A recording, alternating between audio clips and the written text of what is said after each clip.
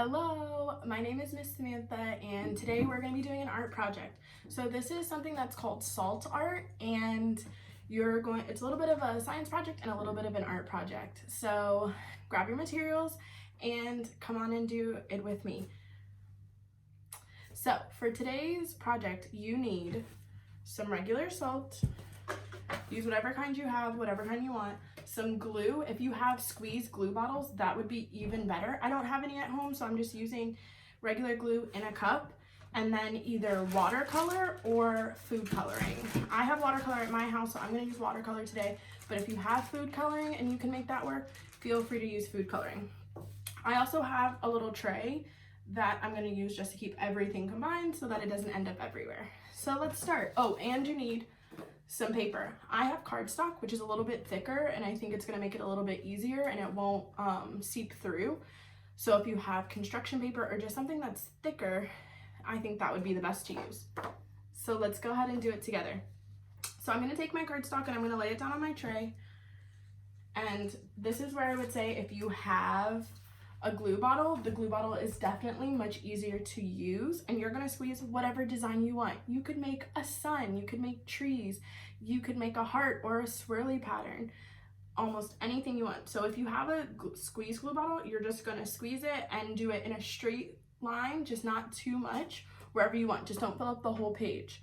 I'm gonna take my cup of glue and my paintbrush, and I'm going to use it to kind of drop my glue on my paper. So I think I'm gonna experiment with a heart this time. So I'm gonna take it and I'm just gonna dip my paintbrush in. Then I'm going to drop it onto the paper so that it creates kind of like one big line. And I'll show you guys what it looks like after I add my glue on. So as you can see, I'm just kind of laying it on, letting it go, figuring out what kind of design I wanna do, and just making sure it's nice and thick. So I'm going to quickly show you what mine kind of looks like. I decided just to do a heart.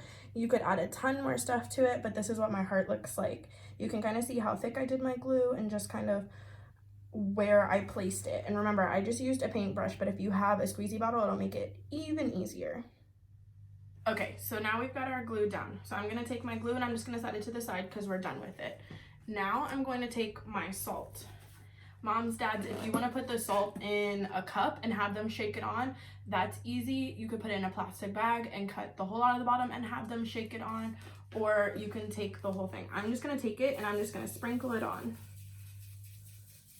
What you want is for the whole glue to be covered.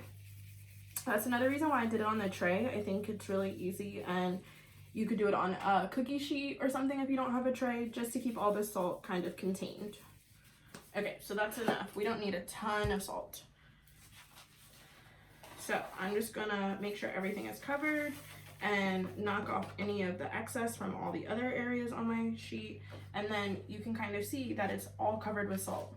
So now here's the really cool part and the really fun part. Choose whatever colors you want. You can mix colors to make them. You can use whatever colors you have, and you're gonna take them.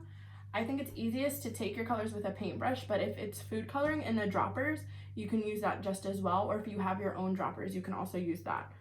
I have watercolor, so I put mine in a cup and added a little bit of water, and then I'm going to take my paintbrush, dip it in, and then I'm just going to touch the salt, and you can kind of see that it starts spreading.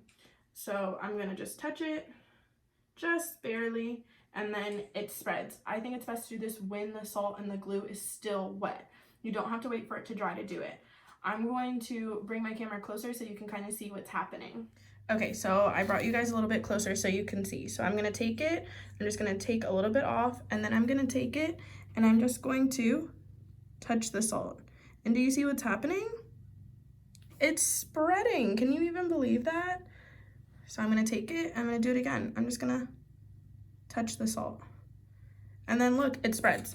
It's really fun. If you want to do more than one color, please feel free. So I also made purple. So I'm going to take my purple and I'm just going to dab it on. And you can even go to the other side and add a little bit more. And then it just kind of makes beautiful patterns however you want. So that's pretty much it. You can kind of see how the salt grabs onto the color and moves it. And it took all of it. If you see some spots that don't have enough color and you want to kind of add a little bit more, go back and touch it just a little bit more. And you can kind of see it. Okay, so after you finish adding all your colors, you're just gonna let it dry. It might take a while to dry, maybe a day or two until it's fully dry, depending on how much glue you use. But you can do kind of whatever you want. I made a heart this time. I tried it before I started with you guys, and I made this like really pretty swirly pattern. You could do a lot if you have enough salt. You could mix colors, but I think it's really fun and a really cool way to experiment and to see what happens. So I hope you enjoy it. I hope you get to do it, and I'll see you later. Bye.